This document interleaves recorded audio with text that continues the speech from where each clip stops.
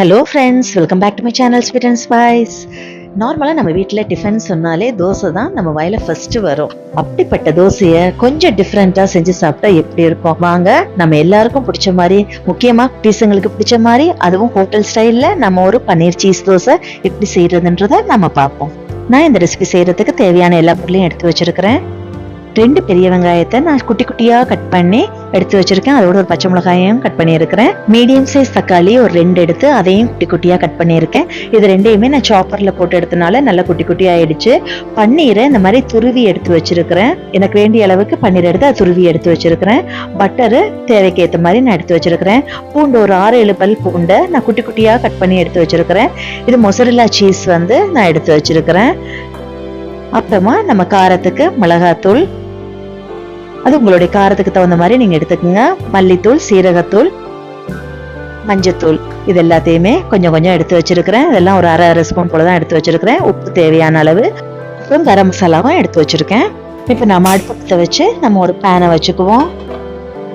Pan கொஞ்சம் சூடானோன்னா நம்ம பட்டரை எடுத்து போட்டுக்குவோம். பட்டர் நல்லா மெல்ட் ஆகட்டும். மெல்ட் ஆன உடனே நம்ம கட் பண்ணி வச்ச அந்த பூண்டை எடுத்து அப்படியே போட்டுக்குவோம். பட்டர்லேயே அதை போட்டு நல்லா ப்ரௌன் கலரில் வர்ற அளவுக்கு நம்ம வதக்கிக்குவோம். பட்டரும் பூண்டும் நல்ல ஒரு காம்பினேஷன், நல்ல ஒரு ஸ்மெல்லும் கூட ரொம்ப நல்லா இருக்கும். அது நல்லா வதங்கினதுக்கு அப்புறமேட்டு வெங்காயத்தை எடுத்து அதில் போட்டுக்குவோம். வெங்காயத்தையும் பச்சை மிளகாயும் சேர்த்து வச்சுருக்கேன். அது ரெண்டையும் அப்படியே போட்டுறேன். இப்போ இது நல்லா ஒரு ப்ரௌன் கலரில் வர்ற வரைக்கும் நீங்கள் வதக்கிக்குங்க.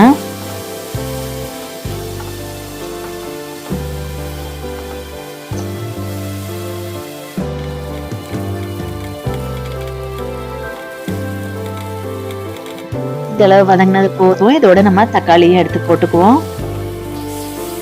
தக்காளியை நல்லா வதக்கிக்குங்க.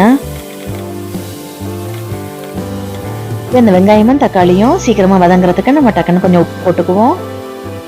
உப்பு போட்டுட்டு நல்லா மிக்ஸ் பண்ணி ஒரு வதக்கி விடுங்க.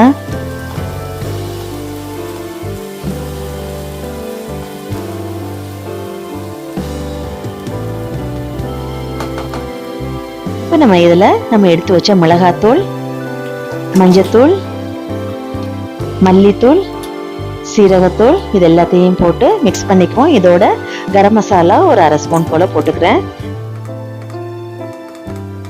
இது எல்லாத்தையும் நல்லா போட்டு மிக்ஸ் பண்ணிக்குவோம். நம்ம போட்ட தூளுடைய அந்த பச்சை ஸ்மெல் எல்லாம் போற வரைக்கும் கொஞ்சம் வதக்கிட்டு, அதுக்கப்புறமா நம்ம எடுத்து வச்ச பன்னீரை, துருவி வச்ச பன்னீரை நம்ம அதில் போட்டுக்குவோம்.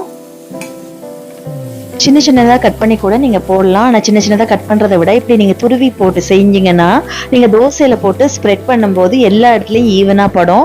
அது நீங்கள் ஒவ்வொரு வாய்க்கும் உங்களுக்கு நல்லா டேஸ்ட்டாக இருக்கும். இப்படியே நல்லா மிக்ஸ் பண்ணி விட்டுருங்க. மீடியம் ஃப்ளேம்லேயே இருக்கட்டும். ஹை ஃப்ளேமில் வச்சிங்கன்னா டக்குன்னு கீழே பிடிச்ச மாதிரி ஆகிடும். ஏற்கனவே நான் வெங்காயம் தக்காளிக்கு நான் உப்பு போட்டிருக்கிறேன். இப்போ இந்த பன்னீர் போட்டதுக்கு அப்புறமேட்டு கொஞ்சம் உப்பு பத்தலை, அதனால நான் கொஞ்சம் உப்பையும் சேர்த்துக்கிறேன். சேர்த்துட்டு நல்லா மிக்ஸ் பண்ணி விட்டுருங்க. இப்போ கொஞ்சம் கீழே பிடிக்கிற மாதிரி இருந்துச்சு அப்படின்னு சொன்னால் லைட்டாக ஒரு 2 ஸ்பூன் போல் நான் தண்ணி விட்டுக்கிறேன். லைட்டாக தான் விடுறேன். இப்படி விட்டுட்டு அதை கொஞ்சம் மிக்ஸ் பண்ணி விட்டீங்க அப்படின்னு சொன்னால் கொஞ்சம் உங்களுக்கு லூஸாக இருக்கும், நல்லா இருக்கும். ரொம்ப திக்காக இருக்காது, நல்லா இருக்கும். நல்லா இப்படி மிக்ஸ் பண்ணிவிட்டு நீங்கள் அதை இறக்கி வச்சிடலாம். நம்ம தோசைக்கல்ல வச்சுக்குவோம். தோசைக்கல் சூடானோன்னா ஆஸ் யூஷுவல் நீங்கள் மெல்லிசா தோசை ஊற்றிக்குங்க. திக்காக ஊற்றாதீங்க, நல்லா மெல்லிசா இருந்துச்சுன்னா தான் நல்லா இருக்கும். இப்போ அந்த தோசைக்கு ஏற்ற அளவுக்கு நம்ம கொஞ்சம் எண்ணெய் விட்டுக்குவோம்.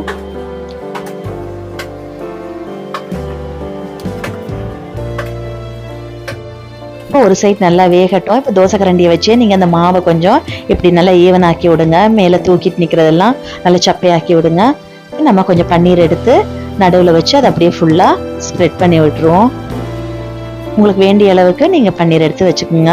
தோசை ஃபுல்லாக கவர் ஆகிற மாதிரி இப்படி நீங்கள் ஸ்ப்ரெட் பண்ணி விடுங்க. ஒன் சைட் மட்டும் வைக்காதீங்க. இதுக்கு மேலே நம்ம சீஸ் கொஞ்சம் உங்களுக்கு தேவையான அளவு நீங்கள் சீஸ் போட்டு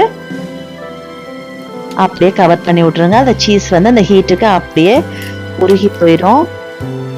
அப்படியே மெல்ட் ஆகி சூப்பராக இருக்கும். அப்படியே எடுத்துருங்க. அவ்வளோதான். இதே மாதிரி நான் இன்னும் 2 தோசை ஊற்றிக்க போகிறேன்.